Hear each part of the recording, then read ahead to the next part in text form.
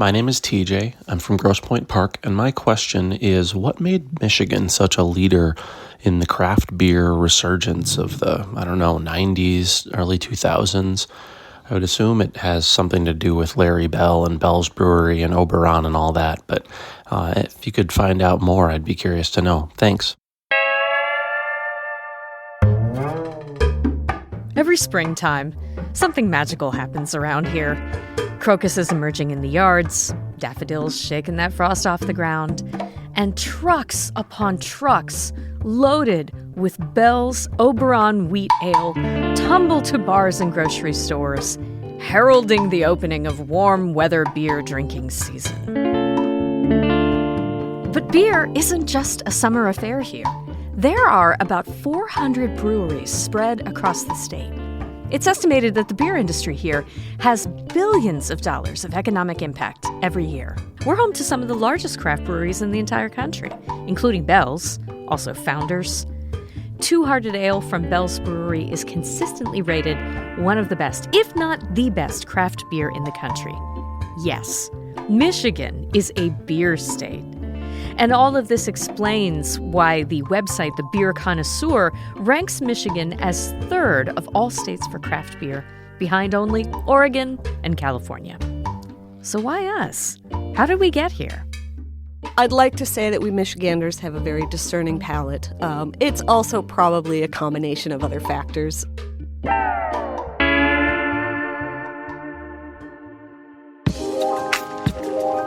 This is On Hand, a podcast exploring all the things that make Michigan unique. I'm April Baer. Today, a look at the history of beer making in Michigan and what has made our state ripe for beer production. And later on, we'll talk about the forefathers that placed our state on the Mount Olympus of the modern craft beer era.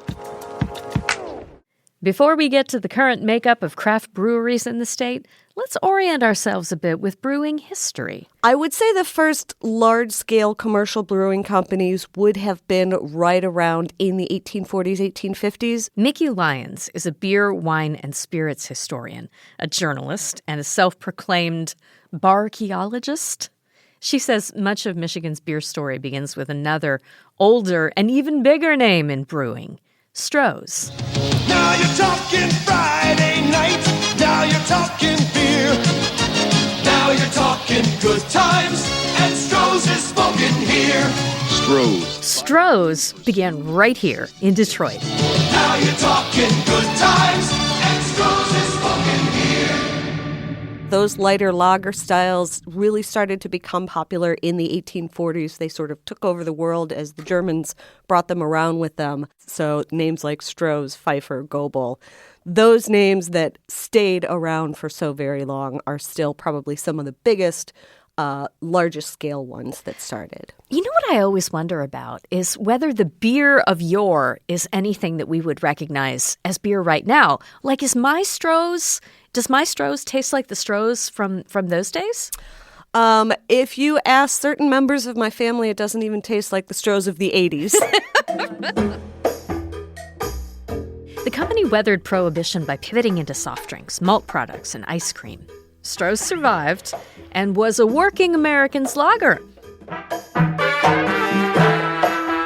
But in the 1980s and 1990s, a couple of things happened in the beer industry.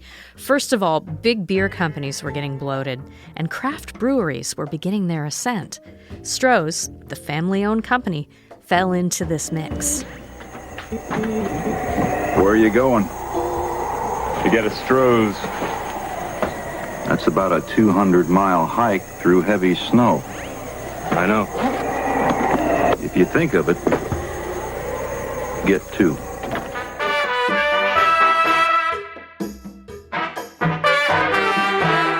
So you start to see these smaller breweries get folded into larger conglomerates. And Stroh's in the Michigan area and in the Midwest becomes one of those big ones.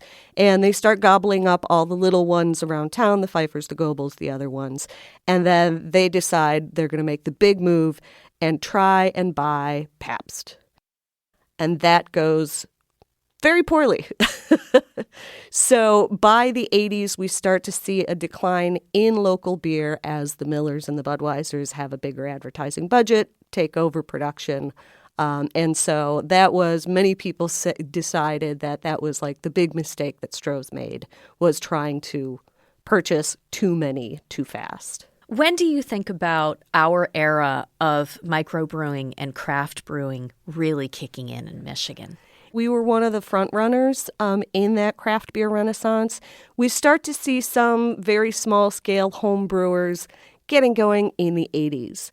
By the 1990s and certainly 1995 or so, we really start to see it hit the ground running in Michigan. Yeah, because we see the end of the local breweries. The Strohs get eaten up by the Millers and the PBRs and all of that. There's no depth of flavor. There's no interesting palate decisions. So a lot of these early brewers are just sort of science nerds who want to try and drink something that doesn't taste like a very boring low ABV lager. Who were some of the early craft brewers who made a run at it as commercial businesses? Larry Bell, for sure, Bell's Brewery. Here in Metro Detroit, John Lenardos was one of the very first. He actually knew Larry Bell and worked with him a little bit. And he's the founder of Motor City Brewing Works, actually. And so he and a few others really got it going thanks to the help of some lawyers who did a little bit of work. It's hard to believe that lawyers and beer making go along together so well. But they had to change some of the laws in Michigan, and changing Michigan alcohol law is no easy feat.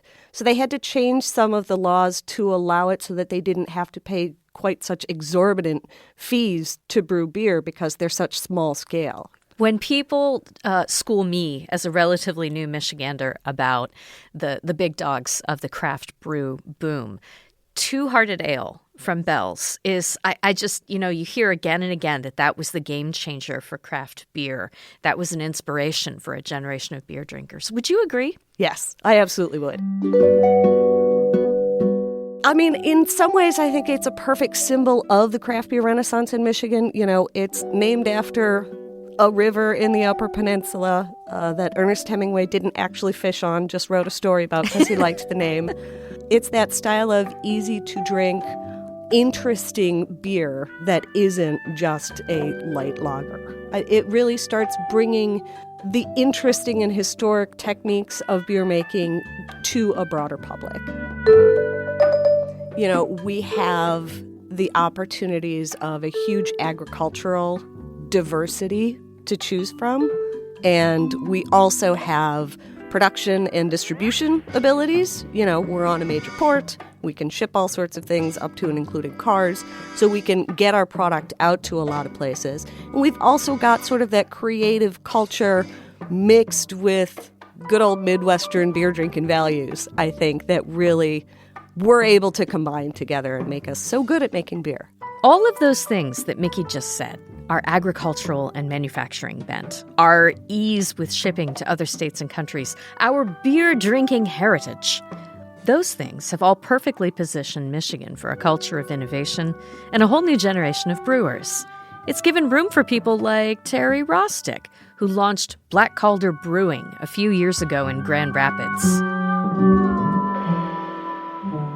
Had a craft beer for the first time, and it was flavorful and different than anything I ever had. And I was like, wow, this is beer. It's not the old Budweiser or the, Michelob Ultras or that type of beer. It was a robust stout that got me into craft beer. Black Calder, whose tagline is "We came, we saw, we cultured," was founded by Terry and his business partner, Jamal Ewing. And they put their stake in the ground as the first fully Black-owned brewers in the state. I would go to different breweries and places, and I didn't see a lot of people who looked like me. And I was like, well, that's interesting. And I just started figuring out why. Like, why isn't there people who look like me or in a lot of these breweries? And what it came down to was, I don't think it was something where people were intentionally excluding folks who were different. They were just in their own vibe, right? There was like, oh, this is my style, this is who I am, and I'm going to make it, and I don't care who drinks it.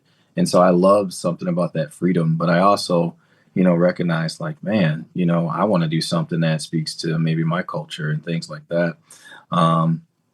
And so that was just really one of the starting points where I was like, maybe I can do this. So I started going on the brewery tours. I think I did maybe Brewery Vermont's brewery tour like 5 or 6 times. I've done them at just several places, just trying to soak up things and learn the industry as much as I could, and just seeing the equipment, being around it. And I got myself a Mr. Beer kit.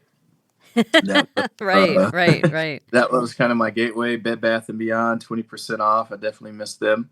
But I got a Mr. Beer kit, and I tried to make my first beer, and I was like, it was terrible. It was absolutely. I don't know if I didn't follow the instructions, or maybe it was that plastic barrel. It could have been several different things. But from then, I made some friends in the industry, and I was just like, hey, I want to do this. And, can I, brew with you? Can I learn with you? And a lot of them were so open, and that's the one cool thing about this industry, with the brewers and, a lot of the owners, they're just very open folks who want to help people who love the industry. So that really accelerated me getting into this. Do you have a personal favorite of the beers that you brew right now or that you have produced? It's like asking, do you have a favorite child? And of course, we all do. Every parent, if they tell you they don't, they're lying. You have your favorite child in spurts. So same with beer. It really depends on kind of the season. But one of my favorite beers that we ever created was our Bishop Hazy IPA. It was just a fun beer to make. It was a ton of Citra hops in it. But, it really spoke to our culture and what we were trying to put out there. Bishop was a character from a movie that Tupac played, and it was the movie Juice, right? And so it was like paying homage to hip hop and some of our culture. It was just a really cool way of doing that. And when we first released that beer, I think that was at the time our second or third release. It sold out in like 4 minutes. Oh, like, wow. We were doing like the online ordering. This is during the time of COVID, we were still washing down groceries and we didn't know a lot about it, all the shutdown orders and just where the world was at the time. And so how we were selling that beer was through an online sales with Broadleaf. And, it released and it like went crazy. Like it was done in 4 minutes. I thought it was a mistake. And it was like, no, it's gone. Like the system didn't crash. And it was really cool. So like just celebrating that one was a really fun one. My memory of those days is that people were looking for something to feel good about. Yeah. And it was nice to be able to, be supported in a time where, there's so much uncertainty, and that's what this industry does. It creates support, it creates community. And that is one of the biggest reasons that, I really wanted to hop into this too. Outside of not seeing folks who look like me, it was, I wanted to make beer for everybody. I wanted to make beer that everybody sought after, that spoke to culture, that spoke to society, and just people in general who wanted to be good folks. Like our slogan was, our motto that I created was dope beer for dope people. And anybody can be a dope person. Doesn't matter what they look like or where they're from or their background, orientation. None of that matters. Like if you're a dope person, I want to make dope beer for you. When we first launched, Larry Bell reached out to us on Facebook. Like he didn't have our contact. He was like trying to get in touch with us. And, I think Larry's a legend, definitely in the game. When he actually sent us a message, I was like, I think I responded in 2 seconds. I was like, holy crap. Larry the legend and blah, blah, blah. Did you fanboy? You fanboyed Larry Bell? I did. I very crashed out as a fan on that one. Doesn't happen too often, but that situation was like, even at that time, big as they were and all the things that they were doing and we're launching and we're this, this concept of this brand. And, he took time to try to reach out to us on Facebook. I thought that was amazing. That just speaks to how Larry and just how Bell's was. That's right. In this state, all the beer taps flow back to Larry Bell. The impact of the founder of Bell's Brewery on the modern craft beer era is undeniable. When we come back, we're going to talk to him. Either I was going to get a license to make beer professionally, or I probably was going to wind up in jail. The man, the myth, the living legend, Larry Bell. We'll be right back.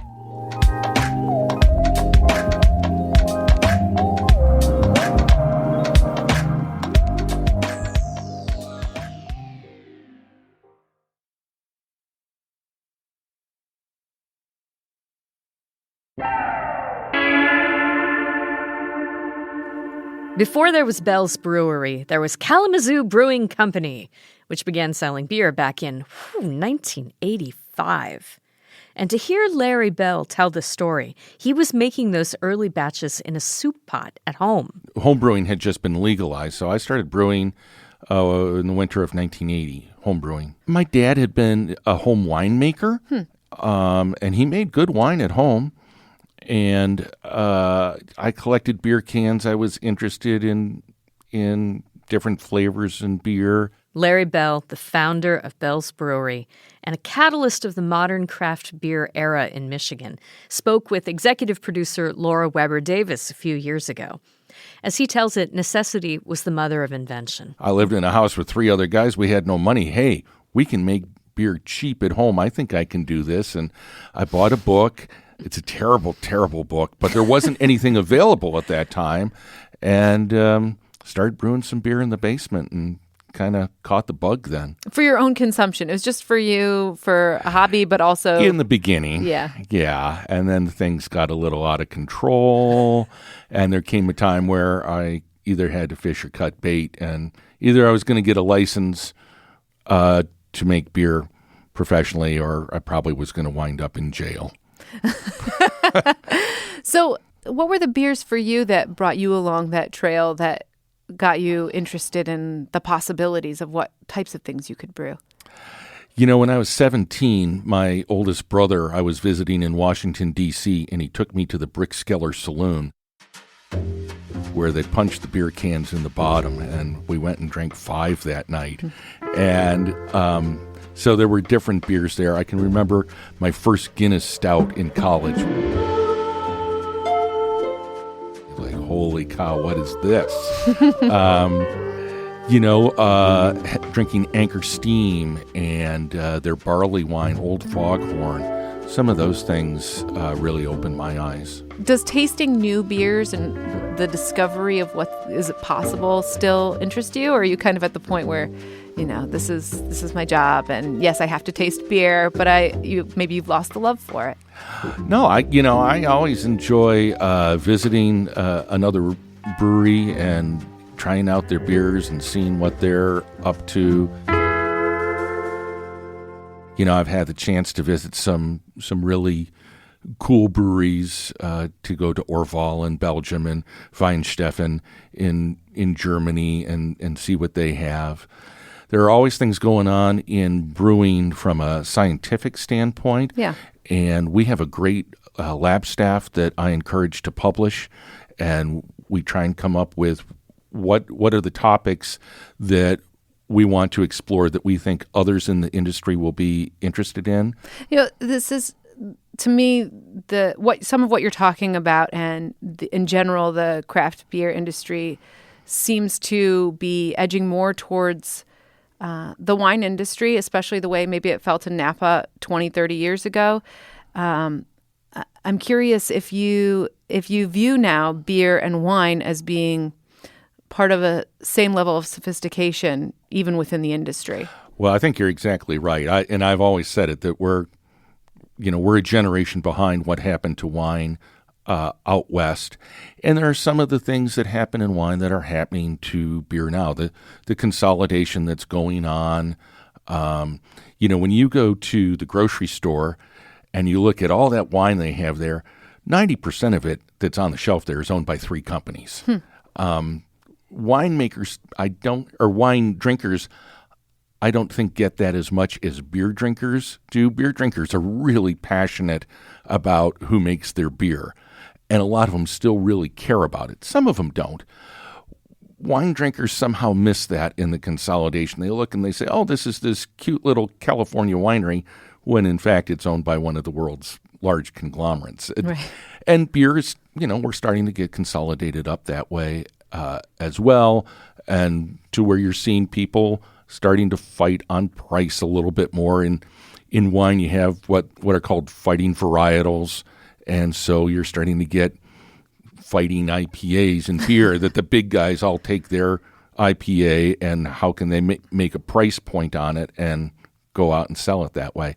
So, yeah, we're definitely seeing that same sort of thing. Where do you think Michigan fits into that picture, especially if we're talking about Napa Valley? And I think of the origin of fine wines in America being obviously in California. That's not to say there aren't great wines being made other places now. Does Michigan sort of rank that way for beer? I think we've always had a good reputation for beer. We have we're one of the states with the most number of breweries, just sheer number of breweries. I think we're number 5 in the country. So we sort of over-index for number of breweries, and I think had a reputation for having some innovation and high-quality beers. So I think we hold up very well in the national picture and the international picture of what we're out there doing. We are just seeing, a lot of change here in the industry. Most of the large breweries in Michigan now have a relationship with a macro partner. How those all go down, that may change things, but those sorts of things are happening in other states as well. So I think, because we have some interest in agriculture here, in growing hops and growing barley, fruit, which can be put into beers, that gives us a leg up on other states to be able to source locally and do things that can't be done elsewhere. And do you think there's still space for a future Bell's as well? A couple of guys living in a house brewing beer in their basement? Absolutely. If one thing has been clear in this industry is there continues to be innovation. You take a look at a brewery like M43, or Old Nation making M43. Boom. All of a sudden, here they come, right? So somebody with a good product, if you got a good product, something new, you innovate, you can go out there and do it, and sky's the limit.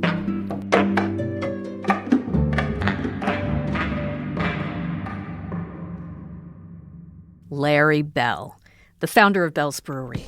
Not too long after he spoke with Laura, Larry retired from his beer company following some health concerns, and he sold Bell's to its current parent company, Lyons. Although Bell's remains in Southwest Michigan, with the same Michigan brewery vibes started by Larry himself. Thanks again to TJ for submitting this complex and hoppy question. Now we want to hear your stories. Have you ever tried brewing at home? Did you grow your own hops in our fertile Michigan soil? Did you meet the love of your life over in Oberon? We're looking for your Michigan craft beer tales. Send us your stories and Michigan questions by filling out the form at the On Hand landing page. You can find us at michiganpublic.org. Also, you're welcome to email us direct, onhand@michiganpublic.org. Today's episode of On Hand was produced by Laura Weber Davis, our executive producer. Other producers on our show are Mike Blank, Ronia Kapansag, Michelle Jokish-Polo, April Van Buren, and senior producer Mercedes Mejia. I'm April Baer, raising a golden glass of Strohs to you for listening. Bye-bye.